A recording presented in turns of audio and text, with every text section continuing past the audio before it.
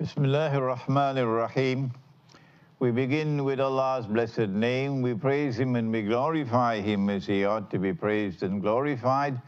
And we pray for peace and for blessings on all His noble messengers, and in particular on the last of them all, the blessed Prophet Muhammad, sallallahu ta'ala alayhi wasallam, as we greet you once more from the studios of the Islamic Broadcasting Network here in my Caribbean island of Trinidad with Assalamu alaikum wa rahmatullahi wa barakatuh.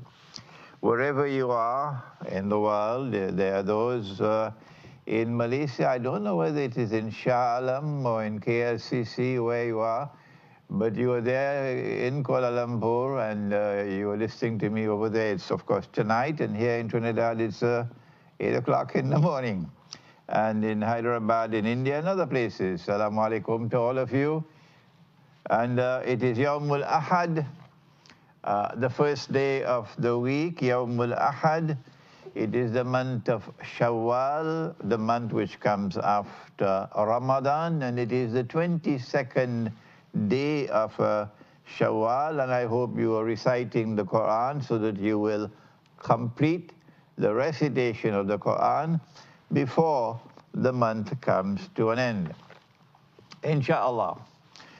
There will be no more Signs of the Times lectures after today for the next 2 months, because I have to travel to conduct the seminar in Geneva, in Switzerland, on July the 29th, on the topic, an Islamic response to Dajjal's electronic and digital monetary system, which is by far the most important subject that those who live the religious way of life, whether you be Muslim or Christian or Hindu or Jew or Buddhist, if you are living the religious way of life, if you are a people attached to truth, then this is the most important subject to which you should be directing attention at this time. What is happening in the world of money?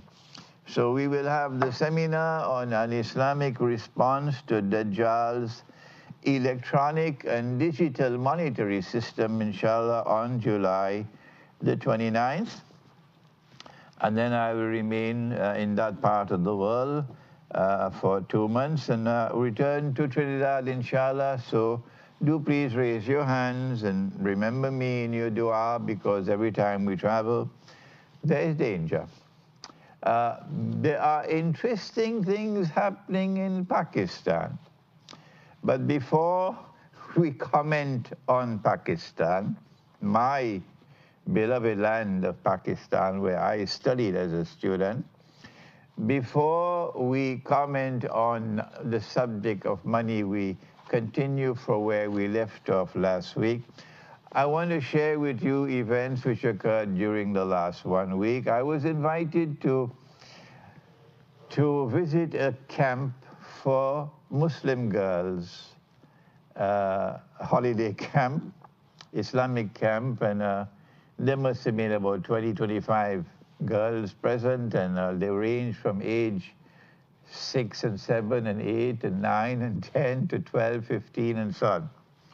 And I went there and I gave a talk, and I found when a girl is 8 years of age, the mind is already very sharp. At that age, you are able to memorize very easily. At the age of 8 and 9 and 10. At that age, you can memorize the whole Quran easily. And what I found when I went to this camp, that some of the girls were very, very slow, impossibly slow in memorizing. I gave them only the 5 first surahs of the Quran, the first 5 surahs of the Quran, and I wanted you to memorize the names: Suratul Fatiha, Suratul Baqarah, Suratul Ali Imran, Suratul Nisa, Suratul Ma'idah. And while some of them were able to memorize quickly, there were others who were very, very slow. And I realized that television was destroying the mind. And the smartphone was destroying the mind. That you are creating a new generation of people who can live only in the present. They are people who are imprisoned in the moment. They have no capacity to remember yesterday, and tomorrow is just an extension of today's fantasy. So, what are we doing? Television is destroying the minds of our children, so let me share with you this very, very worrying experience I had during the week. And keep your children away from television, keep them away from the smartphone and from having their mind clogged up and destroyed. Then yesterday I had to visit the son of a very dear friend of mine who's passed away in a place called Arima. And he said to me, Sheikh, I have to go to attend the Salatul Janaza in a place called Bish, which is way in the far remote countryside in the jungles. So I said, I'd be happy to go with you. So we drove from Arima to a place called Sangre Grande, but in Spanish, Sangre Grande. Grande means big, sangre means blood or bloodshed. So this town is called Big Bloodshed. And on the way back, we had to pass through Sangre Chiquito. Chiquito is small. Sangre, blood or bloodshed, so small bloodshed. Going, the Spanish names of Trinidad. It was a very beautiful drive to Bish. It reminded me of the drive into this place called outside of Kuala Lumpur in the mountains. Yeah, very beautiful. And we arrived just when the Salatul Janaza was ending. I thought if I ran, I could still get the Salatul Janaza, but as I joined the line, it was already finished. So we lost the Salatul Janaza. But then we were able to go to the cemetery, and it was such a peaceful and beautiful place. MashaAllah, wonderful to be buried in such a place here. The cemetery in Bish.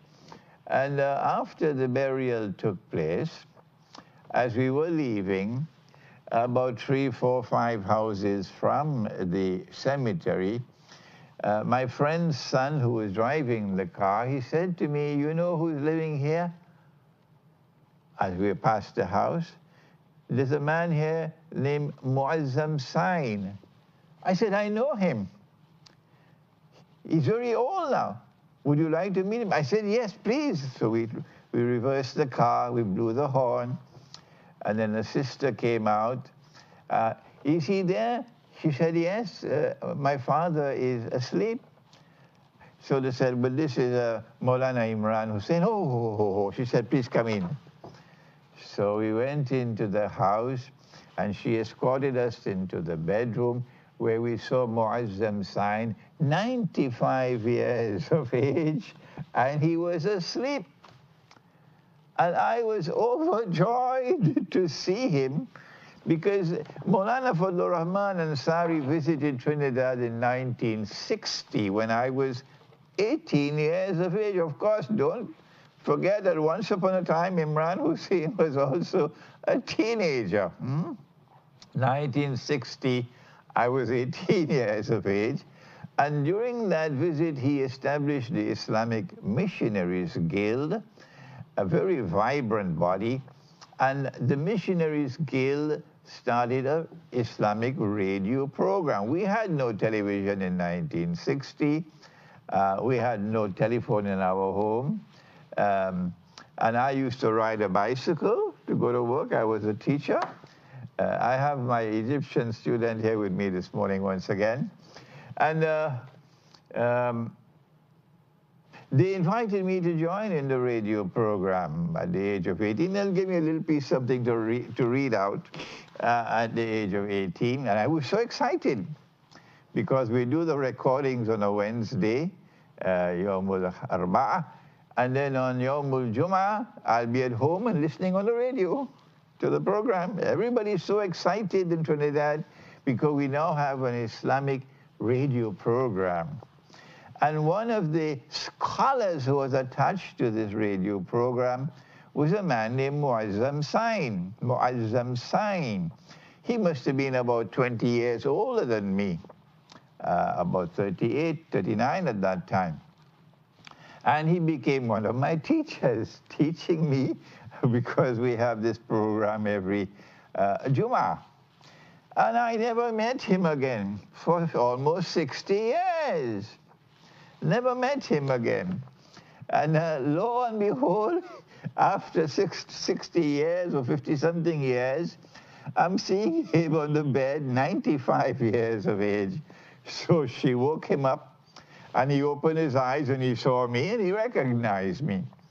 And we sat down, and we talked for a while, and I was so overjoyed that Allah, in His kindness, had allowed me to meet with Muazzam Sain.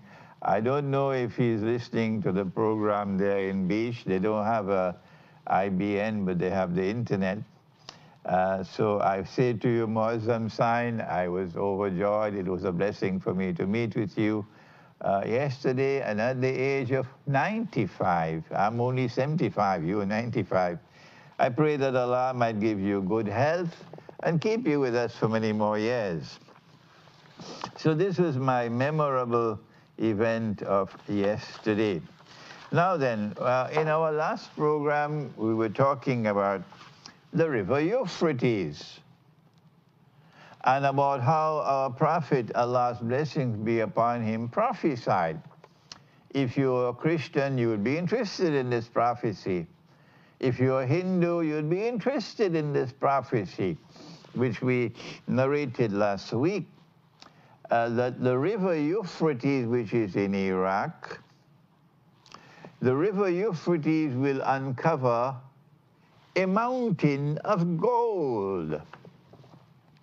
And the people will eventually fight for that gold. And 99 out of every 100 of the combatants, that is, who fight for the gold will be killed. So this can't be conventional warfare. Oh, no.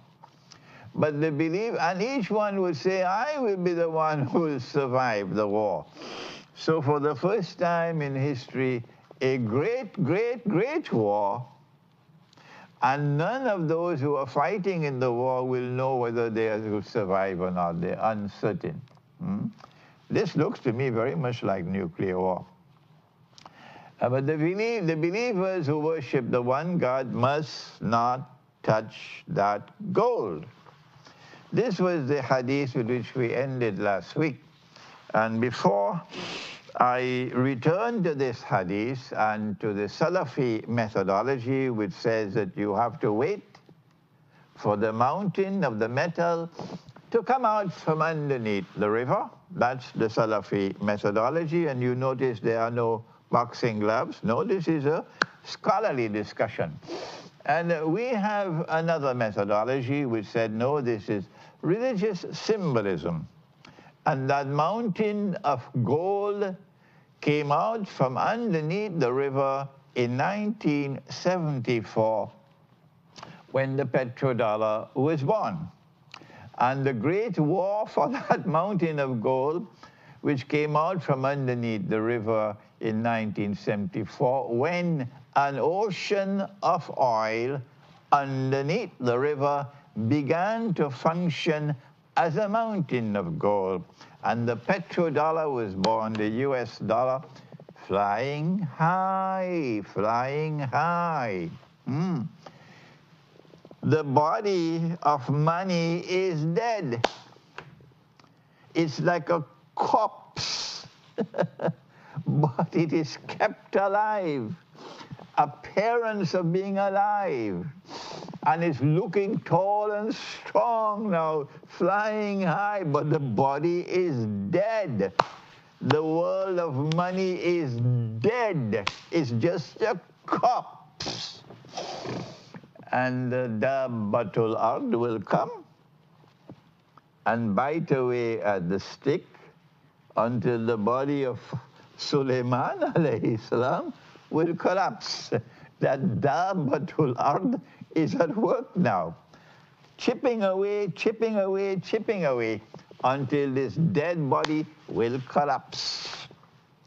When all the paper money is gone, and only money left in the world will be electronic and digital money.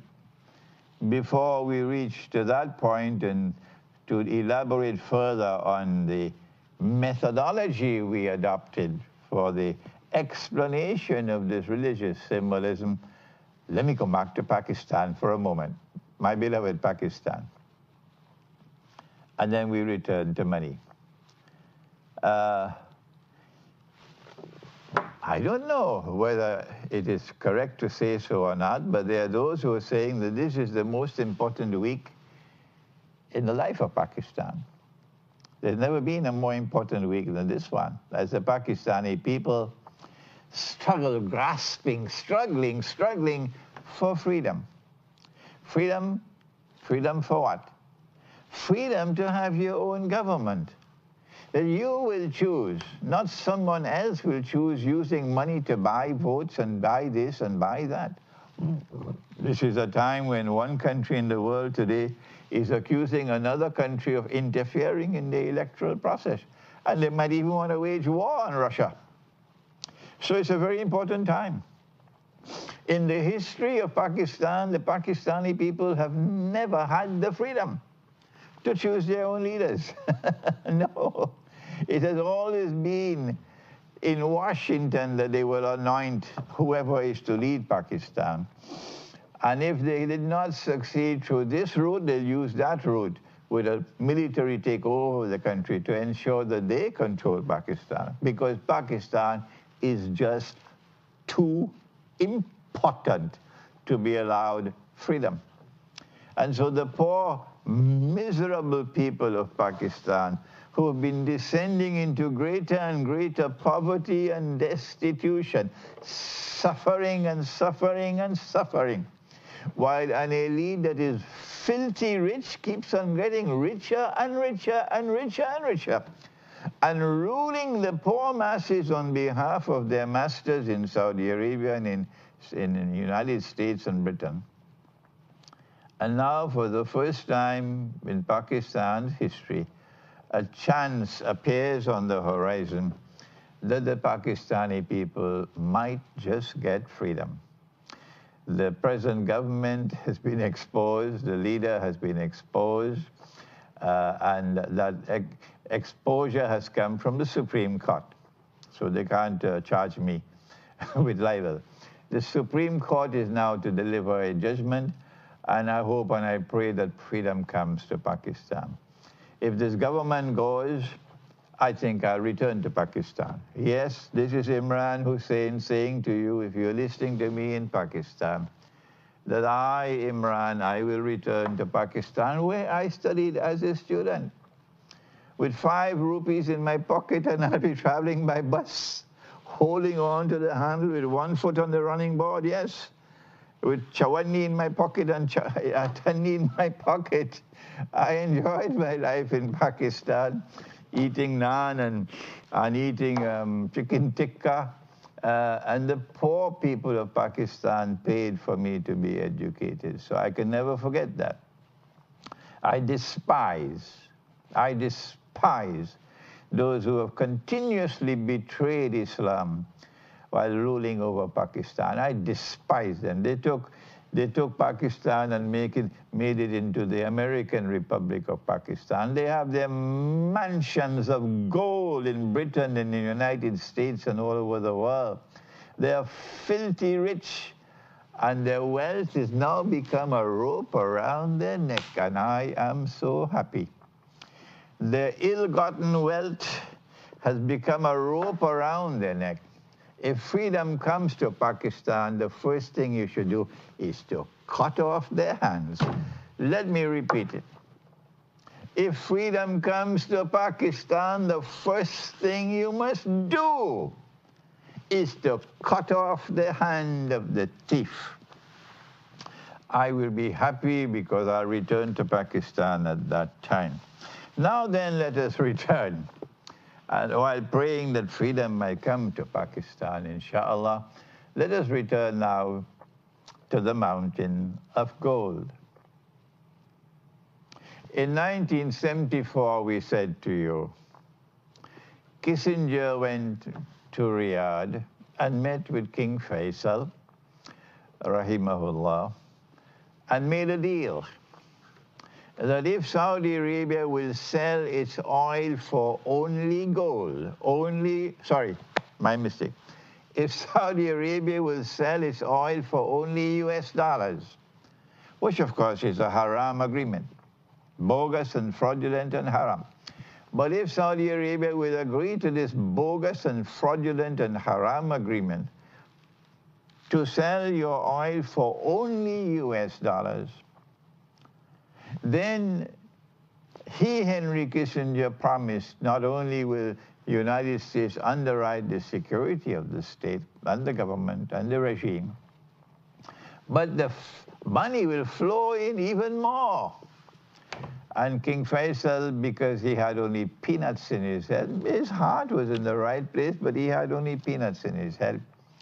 He agreed to this most disastrous proposal. And for the first time in human history, oil became gold, black gold. And oil now supported the US dollar, where the gold is no longer supporting the US dollar because Richard Nixon tore up the Bretton Woods Agreement. And so the petrodollar was born when Saudi Arabia agreed to that, and the Arab oil-producing countries agreed to it, and then OPEC, of course, consolidated it. I made a mistake. I believe I said that OPEC was created in '74, when in fact it was born a few years before that, and I was not too sure about that. Anyhow, not a big mistake. And so the US dollar became a petrodollar.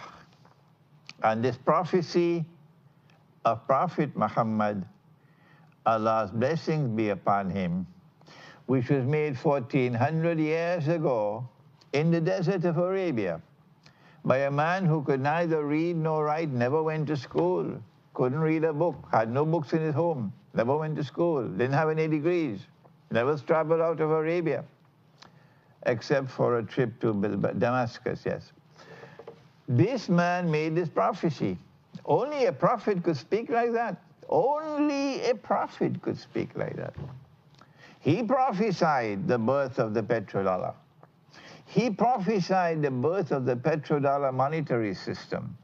And he said that they're going to fight over that mountain of gold, and that's where we are today. The big war which is coming is a war over control of money, the monetary system. They will not allow Russia and China to stand in the way. They want that the petrodollar monetary system should be taken to its conclusion, to its climax, which is electronic money. No paper anymore. Paper was just an interim until you reach your climax, which is electronic money.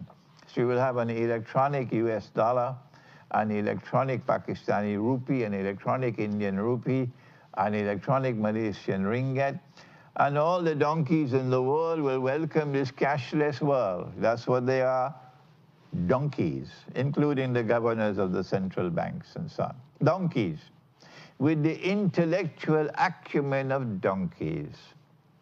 Because it's not money, it's fictitious. The body is dead. It's like the body of Solomon, Sulaiman alayhi salam, was dead. But the jinn who were working did not know he was dead until Dabbatul Ard came and started to bite and bite like termites on the staff. And after they had bitten enough, the staff became unbalanced, and then the body toppled over. That's what's happening now. Dabbatul Ard is at work. And this dead body is going to collapse one more time. The big war will take place. It's going to be nuclear war. And 99 out of every 100 will be killed. Those who are serving in the U.S. Armed Forces, of course, will be more than interested in listening to this lecture because they're going to die. And those who are in the British Armed Forces and French Armed Forces and German Armed Forces, etc., and Australian and Singaporean and Indian, because they're all birds of a feather, will all be worried because they're all going to die. 99 out of every 100 will be killed. But what about the Russians, the Orthodox Christians and the Muslims? Answer, we are not afraid to die. Not the Orthodox Christian and not the Muslim. Even if millions of us have to die so that the oppressor would bite the dust, we don't mind dying. Life and death are in his hands. While still we are alive, we must be men with backbones made of steel. Everyone in the world who has an ounce of truth in their heart admire a man who has a backbone made of steel. Shall I repeat it one more time? They admire a man or a woman who has a backbone made of steel. He said, we must not touch that gold. So we say we have to try to find a way to extricate ourselves from that monetary system. In my seminar in Geneva, I will be exploring how to respond. But before that time, the Salafi says we have to wait for the mountain of the metal to come out of the river. Am I correct? Or am I wrong if you are Salafi and you're listening? And do you see any boxing gloves? No, it's a scholarly discussion. So I say to you, if you are Salafi and you are convinced that your Salafi methodology is correct, you better find a comfortable sofa and sit down because you've got a very long wait for the metal, the mountain of the metal to come out from underneath the river. We have a methodology which is different from yours, and I want to spend a little time now on that methodology. The Salafi says that if Allah and His Messenger, and incidentally, Salafi methodology and Protestant methodology is the same. So I call this Protestant Islam, because the methodology is the same. The Salafi says that if Allah and His Messenger and the Aslaf is plural of Salaf, the early Muslims, if they did not interpret means interpretation is ta'wil, explanation is